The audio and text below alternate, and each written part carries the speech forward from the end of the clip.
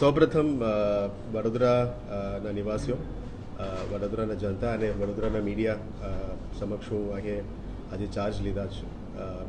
વડોદરા સિટીમાં પહેલી વખત મારા અહીંયા ચાર્જ લેવાનો મોકો મળ્યો છે અને વડોદરા જિલ્લાની સાઈડમાં પણ, કારણ કે એના પહેલાં જ હું નોર્થ ગુજરાત અને સૌરાષ્ટ્રમાં કામ કરીને આવ્યા છે. આજે આ ચાર્જ વીએમસીમાં સંભાળ્યું છે અને આઉટગોઈંગ કમિશનર શ્રી દિલીપ રાણા સરને પણ હું બેસ્ટ વિશેસ પાઠવું છું અને જેટલા દિવસની આજે 2 વર્ષની જે કામગીરી કરેલા છે એમને ટીમ દ્વારા એને પણ આભાર માનીને અભિનંદન પાઠવીને અહીંયા ચાર્જ લઈ રહ્યા છે. આજે વડોદરા સિટી અને મહાનગર પાલિકાનું કમિશનર તરીકે હું ચાર્જ સંભાળી રહ્યા છું. ત્યારે હું એક જ કહેવા માગું છું કે જે પણ કામ અત્યાર સુધી થયેલા છે વડોદરા મહાનગરમાં, આ કામને પણ પહેલાં ટીમ દ્વારા હું બધું બ્રીફિંગ લઈને આ કામને આગળ વધારવા માટે હું પ્રયત્ન કરીશ અને વડોદરાના જનતા માટે જેટલું સંવેદનશીલ કામ થઈ શકે આ બધાનું કરવા માટે હું પ્રયત્નશીલ છું. અને જે નેશનલ લીડરશિપ અને સ્ટેટ લીડરશિપની જે વિઝન છે જે ગુજરાત માટે અને વડોદરા માટે, એ વિઝન સાથે જ અમે જોડીને આગળ વધવા માંગીએ છીએ. વડોદરા સિટી કલ્ચરલ કેપિટલ કહેવાય છે અને ઘણું બધું હું વડોદરા બાબતમાં સાંભળ્યું પણ છે.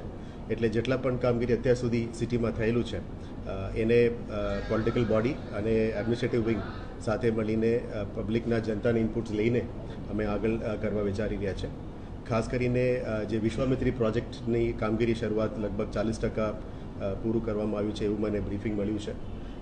જે રિમેનિંગ 60% છે આ 60%ને પણ અમે જે સર્વિસીસ, મ્યુનિસિપલ સર્વિસીસ પહોંચાડવાનું છે એના ઉપર 100% અમે બહાર મૂકવાનો પ્રયત્ન કરીશું. એક મહત્વનો સવાલ છે, રાજકોટમાં પણ ફરક ઉભા જાય છે. ભાવાર્થી જ આપણી વિકાસના કામની વાત કરી.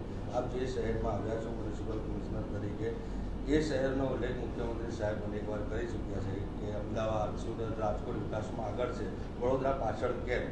તો આ સવાલ આપણે પણ કદાચ આગળના સમયમાં પૂછશે વર્ષ પછી, તો આપ કઈ રીતે તૈયાર?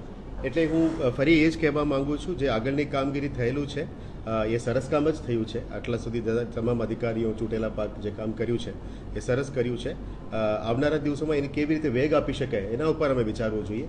કોઈ ટિપ્પણી કરવાનું મારું ઈચ્છા પણ નથી, but we will do our best. અને એવું કંઈ થયેલું હશે તો we will try to do more for Vadodara, જેથી કરીને આ બાકી 3 શહેરના લેવલમાં પણ કેવી રીતે પહોંચી શકીએ એના કરતાં આગળ વધવાનો પ્રયત્ન કરવાનું મારું ટીમ સાથે હું પરામર્શ કરીને આગળ વધવાનું કહીશ. I wish to say that I was also a part of INTAC chapter Rajkot, જ્યારે અમે ઇન્ટેક કલ્ચરલ કન્ઝર્વેશન માટે કામ કરેલા હતા. અત્યારે ઇન્ટેક સેલ પણ કાર્યરત છે. So heritage conservation will also be a priority.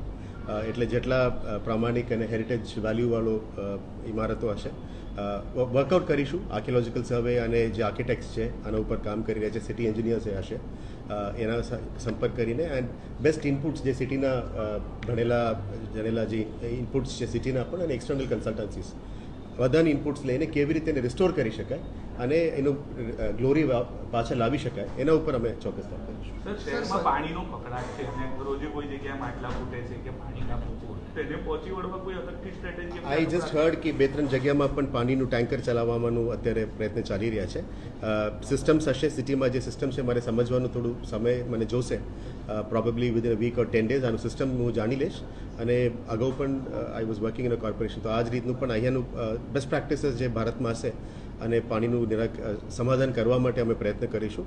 પણ within the limitations and scope જેટલું થઈ શકે અમે કરવા પ્રયત્ન કરીશું. સ્વચ્છતાની હરોળમાં વડોદરા 33મા ક્રમે છે. બહુ પ્રયત્ન કરે, ઇન્દોર બી ગયા, સિક્કિમ પણ ગયા, પણ હજી ત્યાં છીએ.